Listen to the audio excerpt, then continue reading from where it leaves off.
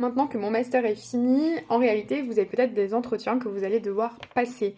Je vais vous donner 4 conseils afin que vos entretiens se passent pour le mieux. Première chose, souvent à la fin des entretiens, il y a la fameuse question: avez-vous des questions?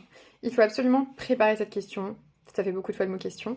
Donc soit vous en créez, et si jamais vous n'avez vraiment pas du tout de questions, parce que vous connaissez tellement bien le master et que vous n'avez pas inventé des questions bêtes pour rien, vous pouvez tout simplement dire: j'ai pris contact avec vos étudiants via leur association ou via LinkedIn et ils ont très bien répondu à mes questions, je vous en remercie. Ça passe crème.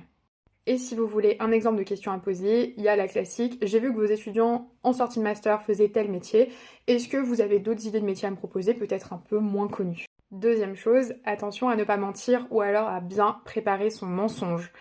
Ça arrive souvent des fois que, patatras, on a une mauvaise note quelque part, ou bien il y a une incohérence dans notre lettre de motivation. Il faut pouvoir l'expliquer. Si vous voulez mentir, libre à vous, même si je vous le déconseille parce que ça se voit. Et si vraiment vous n'avez pas d'autre moyen que de mentir, préparez-le à l'avance.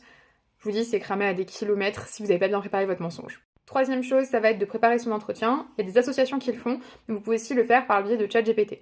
À ce moment-là, il faut donner à la personne ou à l'IA votre CV, votre lettre de motivation, potentiellement un portfolio ou le projet de recherche que vous avez pu rédiger, et ensuite il vous posera des questions autour.